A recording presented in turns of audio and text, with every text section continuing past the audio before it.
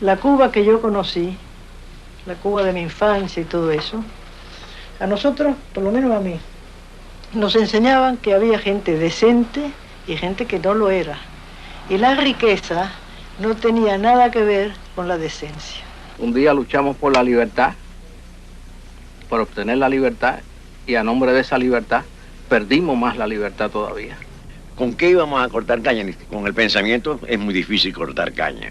Estamos defendiendo los mismos valores que defendimos en aquellos tiempos en la sierra y antes en la calle y antes en la escuela. Yo creo que la historia es un libro que se titula Historia y es un libro más.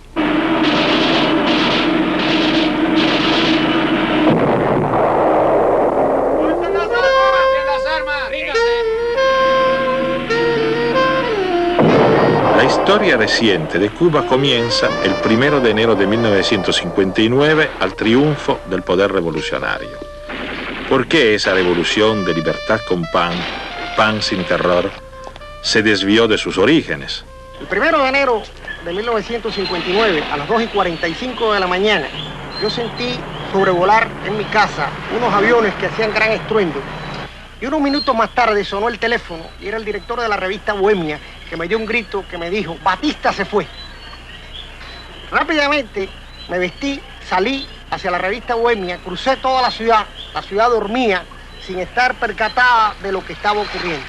Recuerdo que el sucesor de Batista estaba convocando a los medios de comunicación para una reunión. Al llegar allí, el director de Bohemia me dijo: mira, el poder en este momento está en la Sierra Maestra.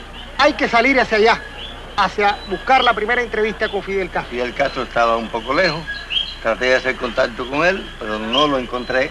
Y como habíamos pensado antes, dimos una serie de disposiciones. La declaración de huelga general, que las milicias tomaran las ciudades, que el ejército rebelde avanzara, que no se hiciera justicia por las manos. Un poco más tarde llegó Fidel y avanzamos sobre Santiago de Cuba. Y yo recuerdo que esa noche, llegando a Santiago, mi primera conversación con Colombia, sentí una estación que decía: aquí Colombia rebelde, y de pronto salía la voz del coronel Balquín. Yo estaba en prisión de Isla de Pino, durmiendo, porque nos enteramos de la huida de Batista, la caída del régimen, como a las 9 de la mañana, porque pasó un preso común y nos gritó: se fue Batista. Nosotros le mandamos a decir a Fidel Castro de que nosotros éramos parte de la revolución triunfante. Y lo era. Porque habíamos estado 3 años en prisión por combatir el régimen. Nosotros no estábamos frente a la revolución, estábamos con la revolución. Nosotros venimos de prisión, 3 años en prisión, sin conocer en realidad lo que está pasando fuera. Pero cuando yo llego al Estado Mayor me encuentro con que en realidad el ejército acéfalo se ha entregado, se ha pasado a la revolución. Rego entregó Oriente, Padrón Pérez entregó Bayamo. Quiere decir que cuando yo llego a Colombia ya era tarde para salvar a Cuba, yo diría. ¡Viva Fidel Castro!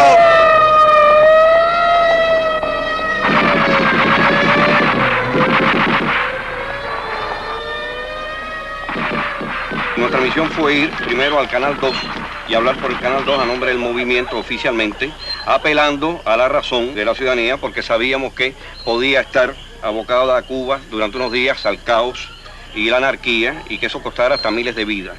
De ahí pues nos trasladamos a CMQ, donde ya estaba Vicente Báez, y pusimos todas las plantas en cadena de radio y televisión. Y el comité central del 26 radicaba en la CMQ, y los periódicos, intervinieron todos los periódicos. Revolución salió en alerta con la primera edición el 1 de enero. A partir de esa fecha pues se controlaron todas las noticias, se dio la orden de huelga general, y a su vez las pocas milicias que había controlaron específicamente los lugares donde estábamos reunidos. Teníamos presiones tremendas, en primera para que se acabara la huelga general por la cantidad de conflictos que eso estaba creando en cuanto al abastecimiento de alimentos para la población. Y sin embargo veíamos que Fidel avanzaba lentamente desde Oriente hasta Occidente, porque estaba creando un ejército espectacular para que cuando llegara a La Habana pareciera que fuera que hay una toma de La Habana con gente que se iba incorporando en cada lugar en que paraba. Llegué a La Habana a las 12 de la noche, porque no era posible, bueno, y había toda la algarabía del pueblo. Eso fue lo que yo recuerdo de ese día, ¿verdad? Cuando llegamos allí, pues yo diría que fue el momento de más emoción que yo he sentido en mi vida. Fidel Castro desde Oriente, a Batista combatió, y en la patria libertad con su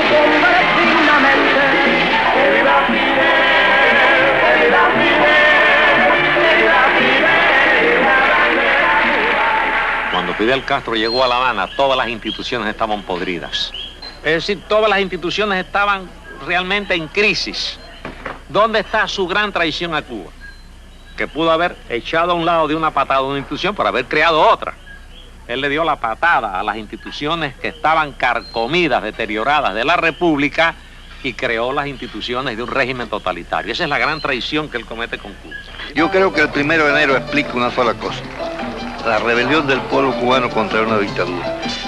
Y eso explica el por qué todos los factores cubanos, los obreros, los campesinos, el ejército, el 26 de julio, los estudiantes, el directorio, la pequeña burguesía, la gran burguesía, la iglesia, todo el mundo está contra Batista. Y si Fidel Castro toma el poder, es porque en este momento simboliza para todos los cubanos la idea civil, la idea revolucionaria y la idea nacionalista, que más tarde traiciona. ¡Viva Cuba libre! Empieza la fiesta de la libertad. Se aprueban nuevas leyes que rebajan alquileres, teléfonos, electricidad. Fidel Castro nombra al magistrado Manuel Urrutia presidente de la República y promete elecciones generales en el término de un año. Es la revolución de libertad con pan, pan sin terror. Pero surgen también los primeros excesos. Los juicios públicos contra los criminales de guerra se convierten en un penoso espectáculo de abuso del poder revolucionario.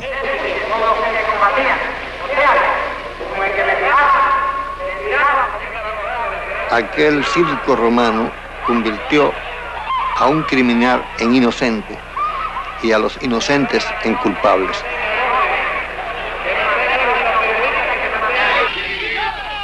Las críticas al gobierno revolucionario aumentan y Castro, en un intento por aplacarlas, acepta la invitación de los editores de periódicos de Estados Unidos. Allí promete que acabará con los fusilamientos y afirma que su gobierno no es comunista. I know you are worried. First of all, if we are communists. And of course, I have said very clear that we are not communists. Very clear. A su regreso a La Habana, firma la ley de reforma agraria que liquida el latifundio. El campesino se convierte en héroe popular. Y durante algún tiempo los acontecimientos positivos y negativos se mezclan arbitrariamente. Quiero que sepan que la revolución será una revolución democrática. Fidel Castro acusa al nuevo presidente Urrutia de traidor y lo destituye sin pruebas. Y cuando el comandante Huber Matos advierte a Castro de la infiltración comunista en el ejército, es acusado también de traidor y condenado a 20 años de prisión. Todos teníamos las mismas dudas que Huber Matos y Fidel entonces se dirige a mí y me dice que si yo creía que Huber Matos era traidor. Le dije que no, me dice que entonces yo pensaba que él era un mentiroso. Mi responsabilidad no la podía delegar en nadie y yo sabía que Huber Matos no era traidor. El segundo jefe de la revolución, Camilo Cienfuegos, desaparece misteriosamente después de haber sido enviado a arrestar a Huber Matos. Y Castro niega nuevamente las acusaciones de ser comunista. Y toda esa campaña de comunista, el gobierno revolucionario, campaña falsa, campaña canallesca, que ni nos preocupa ni nos asusta. El pueblo de Cuba sabe que el gobierno revolucionario no es comunista. Pero se nacionalizan fábricas, bancos, tierras. Es el fin de la propiedad privada y la libre empresa. Se crean los comités de defensa. Comienza el estalinismo cultural y la militarización masiva.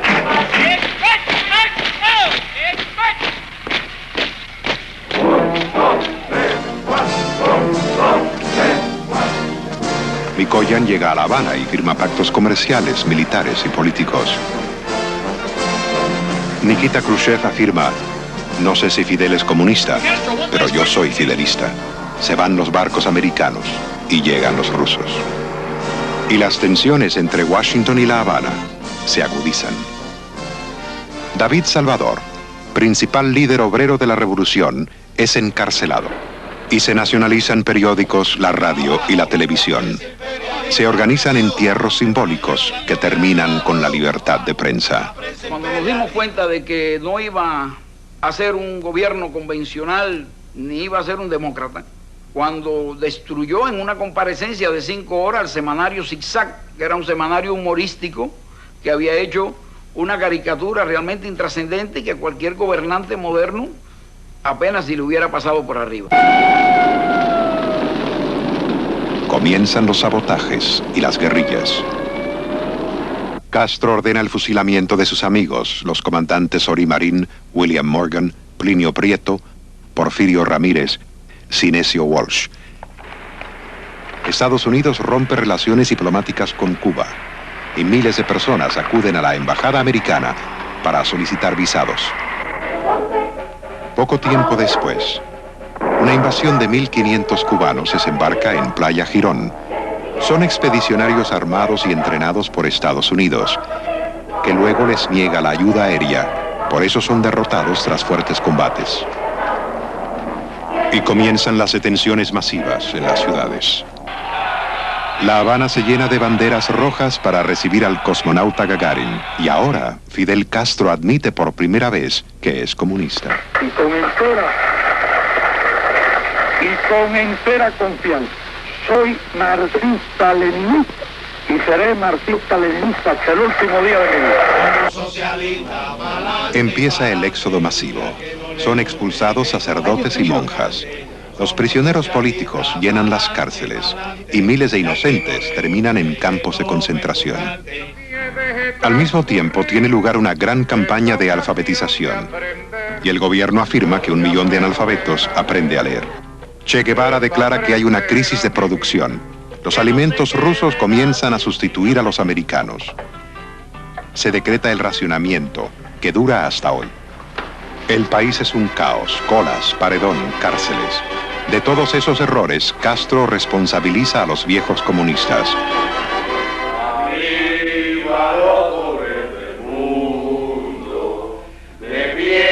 Y ahora niega que existan bases atómicas en Cuba. Que no tenemos ni bombas atómicas, ni cohetes dirigidos interplanetarios, y que ni siquiera tenemos un refugio contra todo eso. Pero en octubre de 1962 se descubren misiles soviéticos en la isla. Kennedy ordena el bloqueo naval y el mundo está al borde de la guerra. Finalmente los rusos ordenan la retirada de los cohetes sin consultar con Castro, que traicionado busca el conflicto. The United States aims regarding Cuba have not changed. Fidel entró en la base rusa. En el radar se veía un avión norteamericano. ¿Cómo se tumba?, preguntó. Apretando aquí, le dijeron los rusos. Castro apretó y el U-2 cayó ante la cara aterrada de los oficiales soviéticos.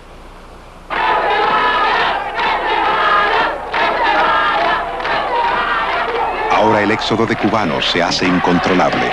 Proviene de todas partes del país.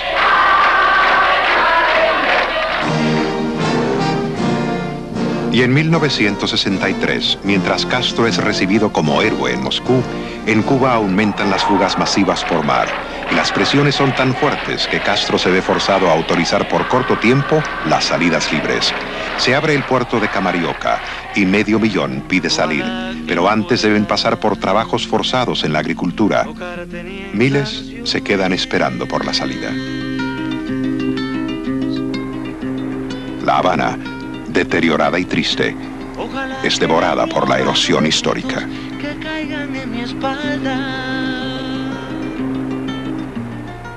En agosto de 1968, siguiendo la línea oficial soviética, Castro apoya la invasión de Checoslovaquia. Cuando entraron los tanques rusos y Fidel Castro los apoyó, estaba en Italia. Ya no pude más, no regresé. Y el que no se sienta bien. Castro intenta un último esfuerzo gigante por arreglar la economía y trata de hacer una zafra récord de 10 millones de toneladas de azúcar. Con el fracaso de esa zafra, se derrumba definitivamente la economía del país. Y se imponen nuevas leyes represivas y el racionamiento aumenta. Cientos de miles de cubanos son enviados a los campos de concentración conocidos como UMAP.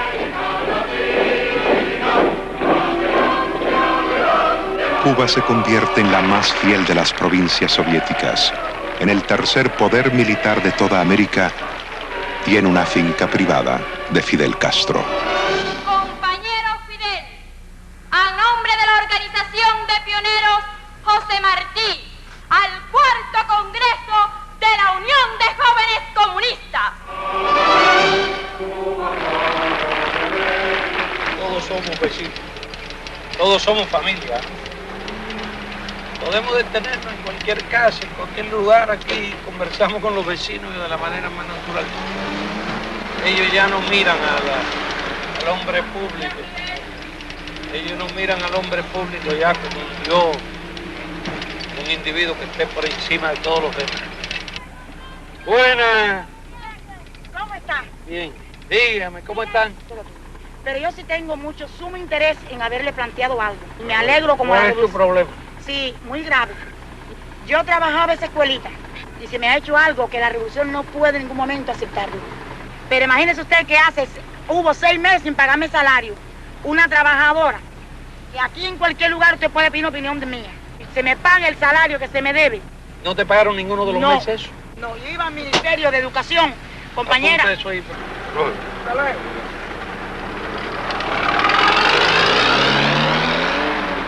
En primer lugar, la economía cubana en los años 80 estaba más en ruina que nunca. O sea, allí no existía en el país nada. Las croquetas y el refresco de anís que sostuvieron a ese país por tanto tiempo desaparecieron. O sea que la isla se convirtió en una especie de peladero estatal. No quedaba ni un matojo donde amarrar una chiva imaginaria. O sea, que la economía se había suicidado.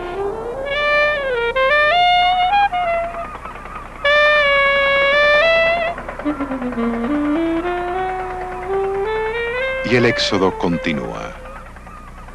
La cultura cubana lleva casi 2 siglos de exilio. El colonialismo español, la dictadura de Machado, la dictadura de Batista, la dictadura de Castro. Los más destacados pintores, escultores y artistas cubanos han creado sus obras más importantes fuera de la isla.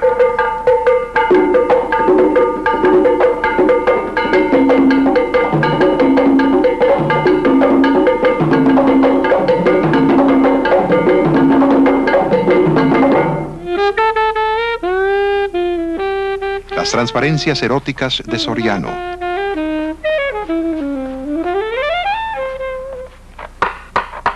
López de Irube, forma y estructura. Los planos múltiples de Lozano.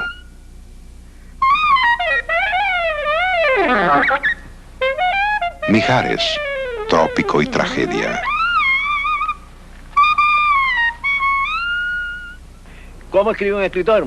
Bueno, pues haciendo la obra como puede, a pedazos, en rincones de silencio y sobre todo con una tremenda carga de estupidez encima de su pluma. Los artistas que estamos en el exilio no contamos con el auxilio no tenemos un país detrás, es decir, como lo tiene, por ejemplo, pues el que estén ahora en Cuba o los que estén en sus países, es decir, nos es mucho más difícil, tenemos que hacerlo todos solos. Bueno, yo no existo para el régimen cubano.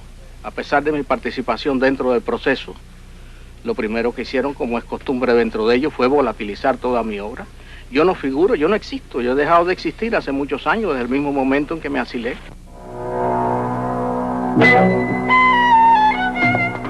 Pero también en el cine realizado en el exilio hay una nota amarga, como en el film El Súper, que relata las aventuras del encargado de un edificio en un barrio humilde de Nueva York. El film ganó el primer premio en el Festival Internacional de Mannheim, Alemania. No, pero claro, yo soy el súper. Yo soy el criado. Yo soy el que me tengo que embarrar las manos porquería, ¿verdad? Pero eso sí, cuando se acerca la Navidad, a nadie se le tumba un inodoro, ni se le rompe una ventana, ni nada. Estás cansado de toda esta gente ya. Y la única ventaja es que uno le puede mentar la madre hasta el presidente y no le pasa nada a uno. Eso sí, no le tumbes $1 porque te mandan para la silla eléctrica, ¿eh? Cansado estoy, caballero. Yo, qué cansado estoy. Cansado, no quiero ver más cáscara de huevo, ni más borre de café, ni más lata de sopa vacía, ni más miel de perro, ni un carajo. No puedo más, se acabó ya todo para el carajo, vaya. Ya, se acabó.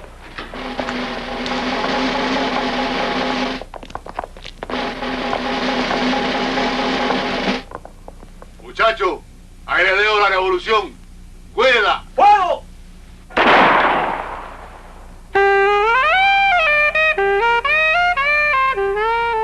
El fusilamiento de un criminal de guerra permite la posibilidad de comparar la realidad con la ficción, como ocurre en el film premiado Huaguasí, que recrea la intensidad de los primeros años revolucionarios. ¡Preparen! Muchachos, apunten. Ahí les queda la revolución, ¿eh? Ojalá que sepan cuidarla.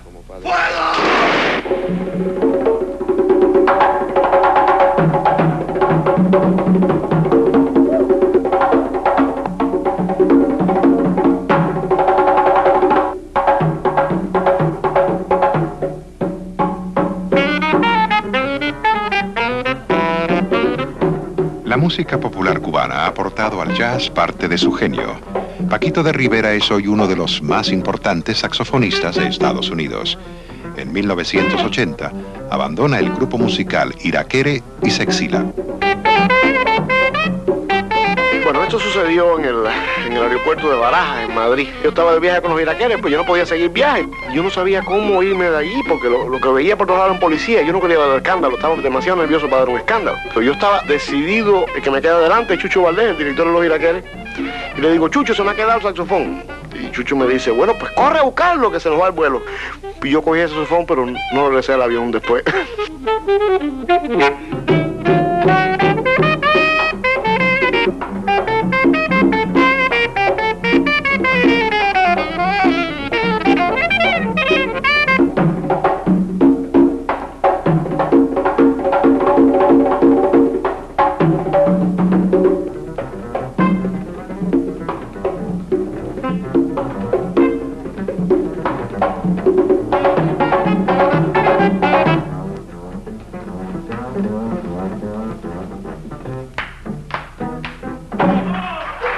Hace 20 años, Carlos Franchi me llevó a conocer a José Lezama Lima, un escritor gordo, muy simpático, que vivía en una casa rellena de libros en La Habana Vieja. Y Franchi me dijo, ese hombre es el maestro de la lengua española, el más grande de los escritores cubanos. Su obra principal, Paraíso, no se ha publicado todavía.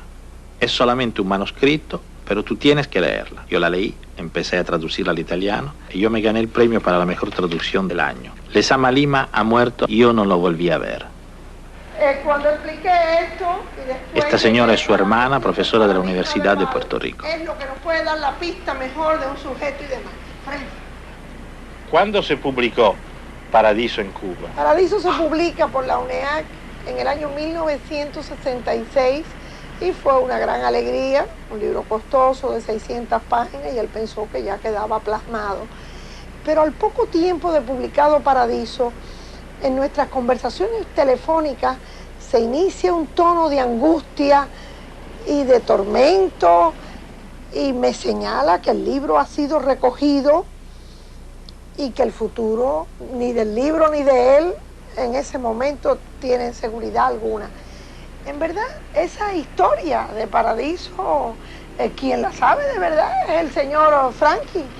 Paradiso suscitó una gran polémica. Después de editado, la seguridad del Estado ordenó que fuese recogido. Yo fui llamado a casa de Fidel Castro, hubo una protesta muy grande por esa recogida. Me encontré a un oficial de la policía con el capítulo 8, es un capítulo erótico y el erotismo es siempre un tema prohibido en la literatura cubana y en la literatura comunista. Yo le dije a Fidel Castro que me parecía un acto bárbaro que una novela de esa importancia fuese recogida. Fidel Castro pensó que eso hacía menos daño y autorizó una edición limitada de la novela. Ya a partir de ahí empiezan sus dificultades. Evidentemente, cuando se inicia la dispersión familiar, eso para él fue un golpe inmenso, ¿sabe? Ver cómo se destruía la familia y no la nuestra. Era un proceso que casi se iniciaba un éxodo en masa, como que se empezaba a quedar sin lo que él más amaba, que era un mundo de amigos. Cada vez que se iba un amigo, cada vez que nos íbamos alguno de nosotros, él empezaba a percatarse de que ya eso era un régimen sombrío, Porque, por ejemplo, personas que eran tan decentes, que cabían en cualquier régimen, ¿por qué no cabían ahí? Él más o menos lo decía en una frase más poética, ¿no? Y usted publicó las cartas de su hermana en un libro. Yo recibo la última carta, y figúrese usted en este momento la angustia que es para mí repetir esto, después de muerto mi hermano. Y yo recuerdo que le dieron un premio en Italia, un premio de 1 billón de liras, y con el premio querían que Lezama Lima viniera a Italia, hiciera un viaje a Italia, y él no vino. Y nos contaron, fue el embajador cubano allá en Roma que nos contó que no venía porque tenía disturbios nerviosos. No lo dejaron salir jamás. Se exilió en su propia patria. Además, yo creo que lo más ya oprobioso que pudo ocurrir fue después de la autocrítica de Padilla, cuando es declarado él no persona. En Cuba no se podía citar un verso de mi hermano, y visitarlo era un acto subversivo. Su soledad está expresada en los versos de Fragmentos a su imán, cuando como tema en muchísimos de los poemas dice: espero a alguien y sé que nadie ha de venir.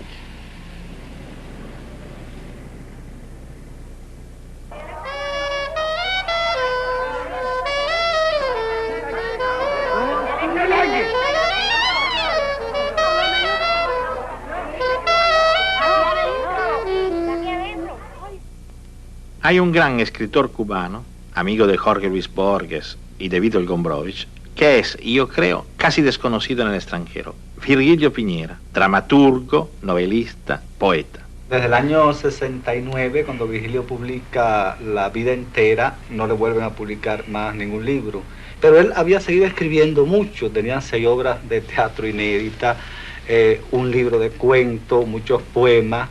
O sea, esa obra inédita que podía sobrevivirle, la policía inmediatamente entró en su casa, en los mismos funerales, cuando se estaban celebrando los funerales, cerraron la casa, la sellaron y se llevaron todos los manuscritos. Como escribía en el periódico Revolución, que en esa época yo dirigía, allí lo acusaron de ser un agente. El pobre Virgilio, que era un hombre así delgado, con miedo, lo comenzaron a golpear, se desmayó y lo metieron en la prisión del Príncipe. Poco tiempo después pidió un pasaporte para salir al extranjero y el ministro de Relaciones Exteriores públicamente lo abochornó, lo acusó de ser homosexual, etcétera, etcétera. La gente no puede entender qué cosa es la policía secreta cubana, la seguridad del Estado. Yo creo que a Virgilio lo acusaban como de estar vivo y de ser muy irónico, de hacer una literatura un poco corrosiva, crítica, irónica, y además de no ser un individuo burgués. Cuando todo el mundo se enteró de que estaba muerto en la funeraria Rivero,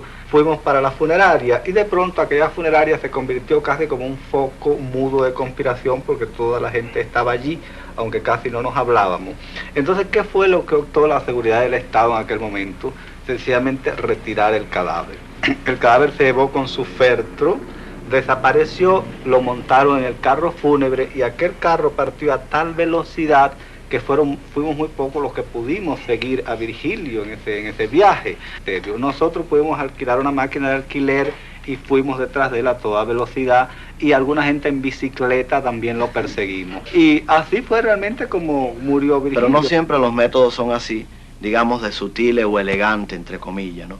Hay ocasiones como en el 1978, en vísperas del Festival Mundial de la Juventud y los Estudiantes, al señor Juan Peñate Fernández se le ingresó durante 48 días en el Hospital Psiquiátrico Nacional, conocido tradicionalmente por Mazorra, sin darle una explicación. Y así también al ingeniero Luis Font Vidal, porque había presentado sencillamente su salida del país legal. Se le cogió, se le montó en un camión y se le iba golpeando por toda la ciudad. Quien lo golpeaba era el boxeador olímpico cubano Orestes Pedroso, de la ciudad también. Todo esto mientras las turbas pues se reían, lo insultaban, lo escupían. En 1972, el poeta Heberto Padilla, después de la publicación de su libro Fuera del Juego, es detenido y obligado a confesar falsos crímenes en contra del Estado cubano. Este hecho, que recuerda los peores momentos de las purgas estalinistas, es denunciado por los más conocidos intelectuales extranjeros. En Europa, la izquierda liberal rompe con Castro y las repercusiones políticas son tan grandes que el gobierno cubano se ve forzado a liberar al poeta. Padilla, hoy exilado en Princeton, comenta este hecho. Desde hacía tiempo, ya hacía más de un año, cuando se dio la amnistía a los presos políticos de Cuba, mi mujer y yo, Belkis, intentamos dirigirnos al gobierno revolucionario de Cuba para que nos dejaran salir, porque se suponía que aquellas personas que habían estado presos o que sufrían un rechazo social, se acogían a ellos.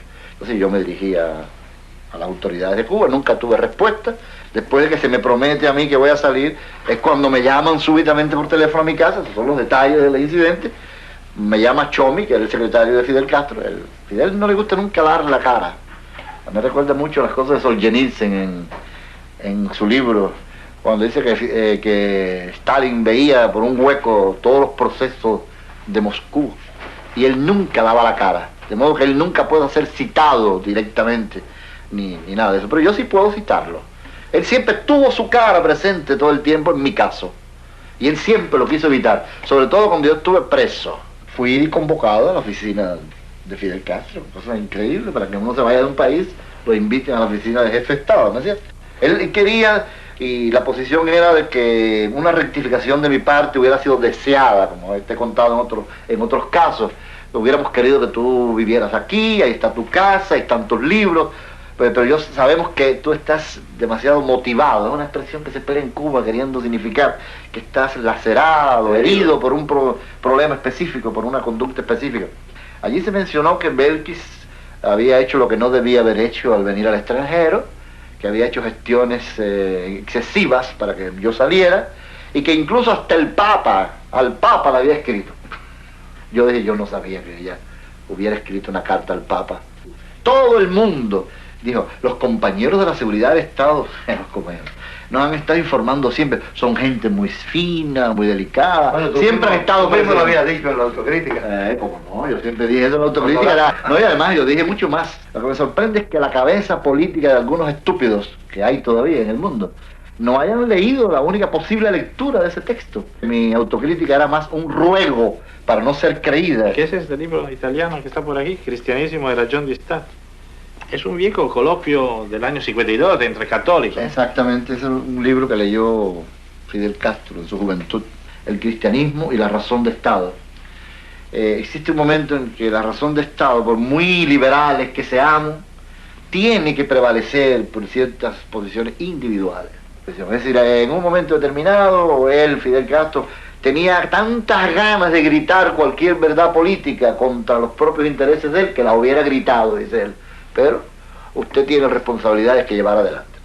Nosotros no, digo que también conmigo que se habían cometido desmanes conmigo, que sabía que yo no iba a permanecer allí porque ya yo lo había hecho saber, pero que al regreso mío, si yo quería regresar a los 3 años, habría la oportunidad de discutir por qué esas cosas ocurren. ¿Y tú pensabas regresar? ¿Pensabas que hubiera jamás yo nunca he pensado en regresar.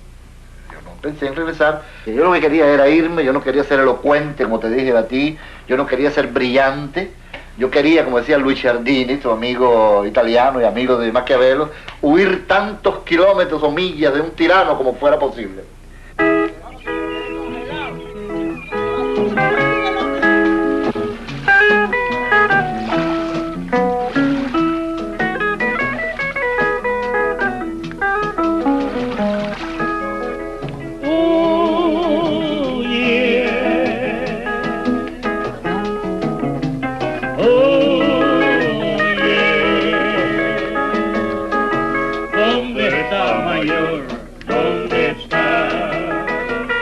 Aquí en San Juan de Puerto Rico, que se parece tanto a Cuba, improvisamos una pachanguita.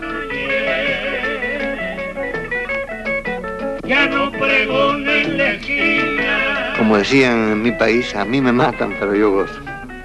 La fiesta para nosotros es una liberación. Que siembra su maíz, que se coma sus pinones, que siembra su maíz, que se coma sus pinones, que siembra su maíz, que se coma sus pinones, que siembra su maíz, que se coma sus pinones. Muchacha, dice tu abuela, que no te metes en la cocina. Oye muchacha, dice tu abuela, que no te metes en la cocina. ¿Y eso qué es? Esto es ajiaco. Ajiaco. Es un plato típico de Cuba y tiene 4 tipos de carne. Entonces tiene, aquí está, plátano, yautía, malanga, boniato, maíz. Exacto. El frijol negro es un grano de color negro que se cocina a base de aceite, vinagre, un poco de vino y entonces le echa un poquitico de orégano y con un buen sofrito de cebolla y ajo, y aquí tienen ustedes lo que es un frijol negro. Este arroz que ustedes ven aquí muy blanquito, esta es la base de la comida cubana. Sin arroz no hay comida cubana. Hacer este arroz es sumamente difícil. Hay que lavarlo, hay que echarle un poquito de limón, hay que escurrirlo varias veces.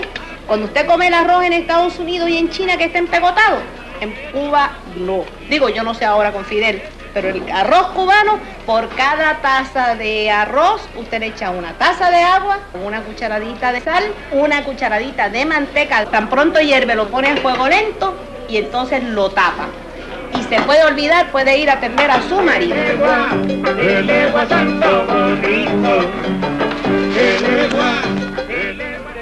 Hay escritores amantes del asfalto y de las grandes ciudades. Y Broadway es el escenario ideal para Guillermo Cabrera Infante, uno de los escritores más importantes de la literatura latinoamericana y para mí una revelación. El mayor ingenio humorístico de la lengua española, como lo definió una vez un crítico de la New York Review of Books. Aquí con su mujer, Miriam Gómez, una actriz. Antes de la Revolución escribía de cine y se firmaba Caín. Después fui director de un magazine literario en La Habana, Lunes. Sus obras más importantes son Tres Tigres y La Habana para un infante difunto, una galería de mujeres descritas por el hijo de una familia de estalinistas. Yo no sé, yo tengo una visión pesimista del mundo y ni siquiera tengo una visión de la historia porque no creo en la historia. Y yo creo que las ideas, contrariamente a lo que decía José Martí, que las ideas se matan igual que los hombres. Hay muchas ideas que en Cuba han desaparecido por completo, que la gente ni la conoce. Guillermo, tú tenías padres comunistas, creo. Yo nací en un hogar comunista. Mis padres y mi padre y mi madre fueron fundadores del Partido Comunista en mi pueblo. Mi padre se encantó porque nací el 22 de abril, que es el día que nació Lenin. Pero mi madre se sintió muy disgustada porque ella quería que yo naciera el 23 de abril, que es el día que nació Shirley Temple. Entonces, lo grave es que hubiera nacido el 21 de abril, que es el día que nació Adolfo Hitler.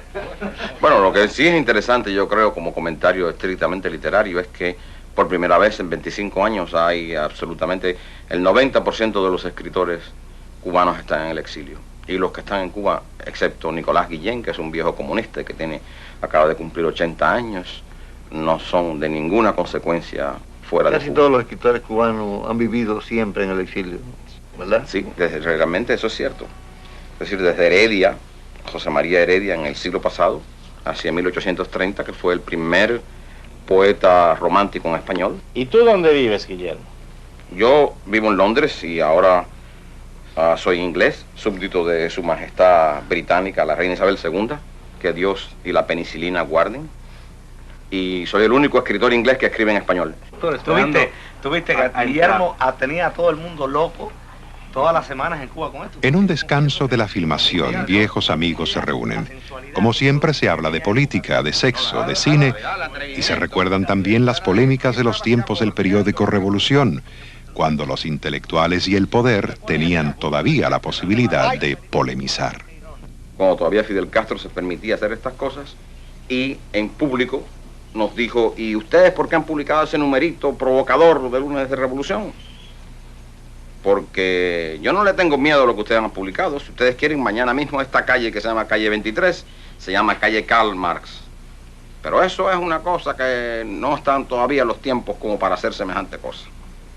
Y tuvimos muchos problemas, inclusive con los comunistas, por publicar, por ejemplo, los textos de Trotsky y el texto de Saint-Just, que eran textos considerados subversivos por ellos. ¿Cómo terminó Lunes y cómo terminó Revolución?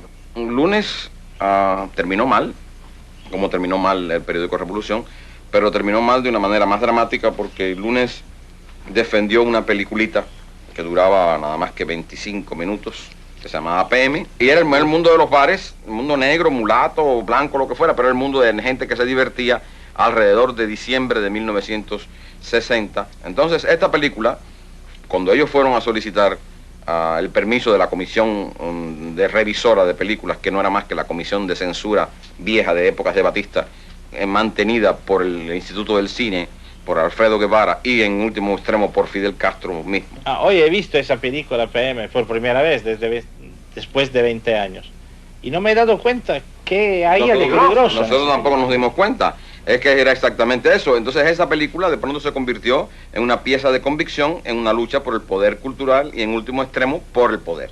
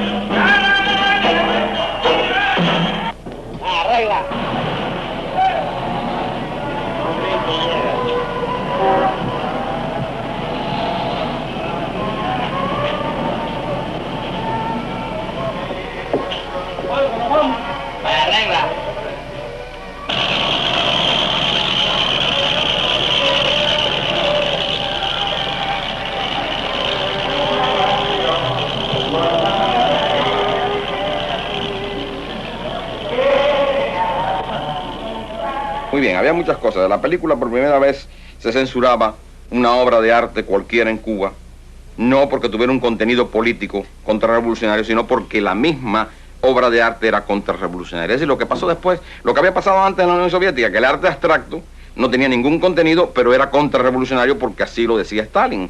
En realidad es un momento entre los que quieren darle ese carácter rígido ruso a la revolución cubana y los que queríamos una revolución libre, una revolución de pachanga, de alegría. ¿No te parece? Pero nos equivocamos extraordinariamente porque es verdad que no era estalinista el país, es que el país era Fidel Castro y Fidel Castro era Stalin.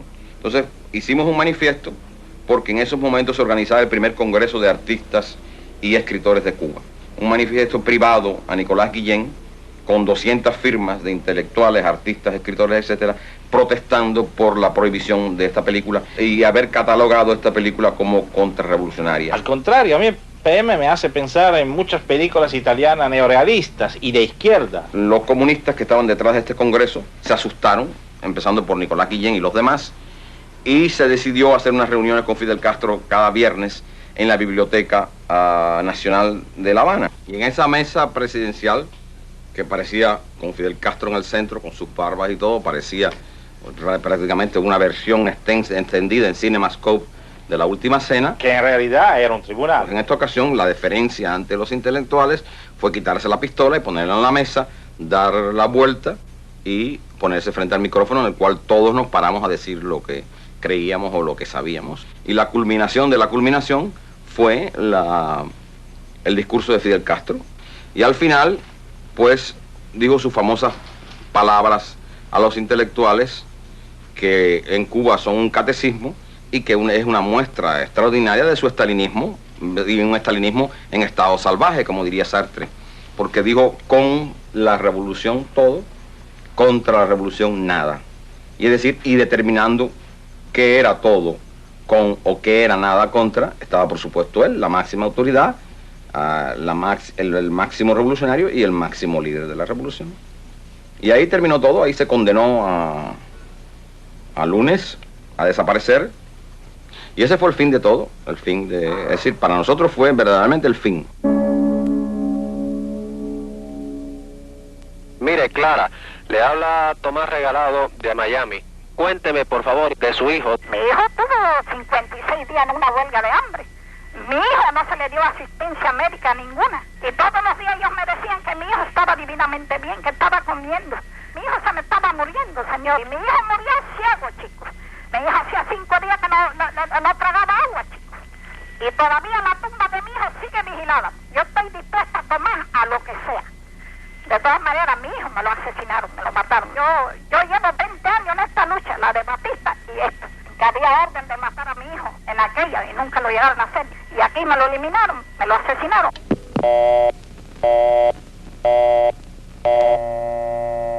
El hombre cuando quiere ser libre, tiene que ser libre total. Y olvidar esas raíces, olvidar la madre, olvidarlo todo. Yo no creo que la revolución haya beneficiado a nadie. A ellos mismos, uno con otro.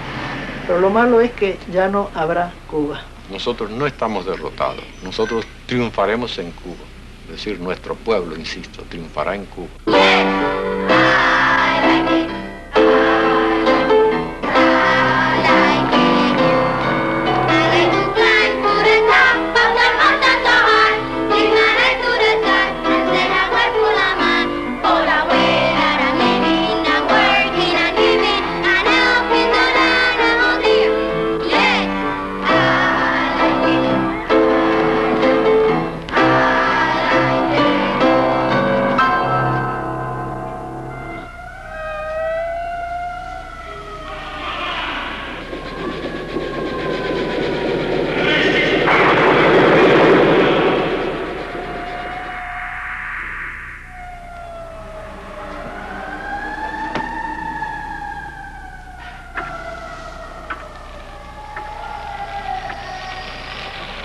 Un viaje largo, amigos muertos, amigos que se vuelven enemigos, amigos que hemos conocido y han desaparecido, como un sueño que ha salido mal.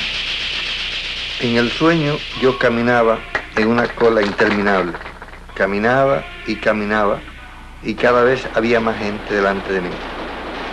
Me desperté, me vestí, salí a la calle y entonces vi otra enorme cola, una cuba interminable que daba vueltas y vueltas delante de mí. Y al final de ese viaje uno se pregunta, ¿es esta la otra Cuba?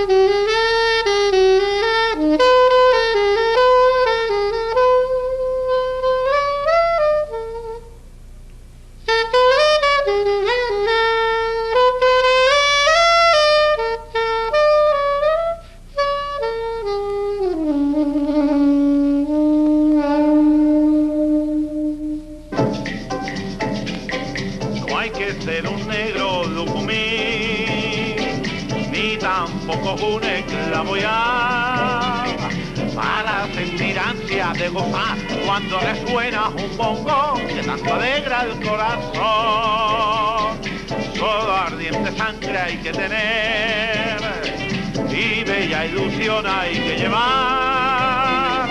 Venga el ritmo sabrosón, vamos todos a escuchar de la rumba blanca su zona. Rumba blanca es un canto de grecual, espuma del mar tropical. Rumba blanca fue tu luz que alumbró mi alma que se dicha ayer. Lleva siempre los recuerdos de verdes palmares y mi cielo azul. Rumba blanca, cuando quiero a mi Cuba bella volver a ver.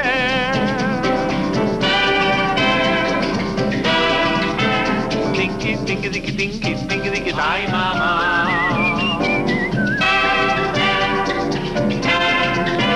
Tinky, tinky, tinky, tinky, tinky, tinky, ay mamá. Tinky, tinky, tinky, tinky, tinky, tinky, ay mamá.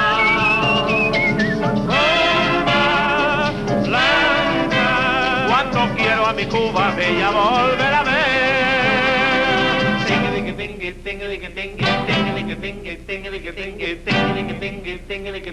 Lleva